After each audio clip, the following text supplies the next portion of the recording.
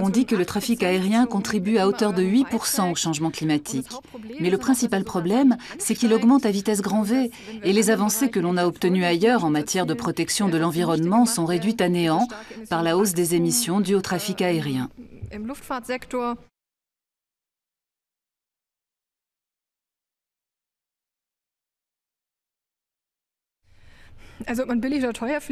Pour l'environnement, ça ne change rien que l'avion soit bon marché ou pas. Mais on ne peut plus se permettre de prendre trop souvent l'avion. En gros, si l'on veut respecter l'environnement, favoriser le développement durable, et à supposer qu'un tiers de nos émissions soit dû au transport, on peut parcourir 3000 km en avion, 7000 en voiture ou 17 000 en train. Si l'on prend souvent l'avion, il faut être très bon dans d'autres domaines pour compenser.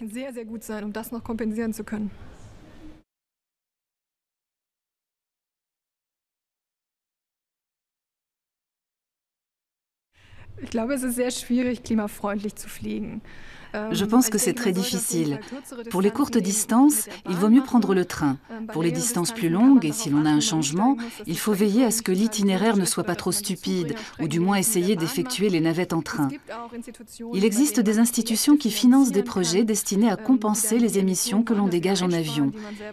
Mais tout cela ne résout pas le problème et si l'on ne fait rien à long terme, la hausse rapide des émissions dues au trafic aérien va déstabiliser le climat. Langfristig aus der Balance bringen wird, wenn wir da nichts ändern.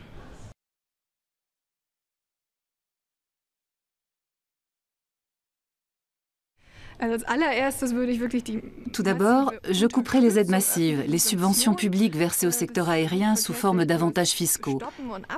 Il n'y a pas de taxes, pas de TVA sur le kérosène pour les vols internationaux.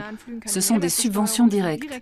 Autre problème, le secteur aérien n'est pas tenu de réparer tous les dégâts qu'il cause et qui engendrent le changement climatique. Je supprimerai tous ces avantages.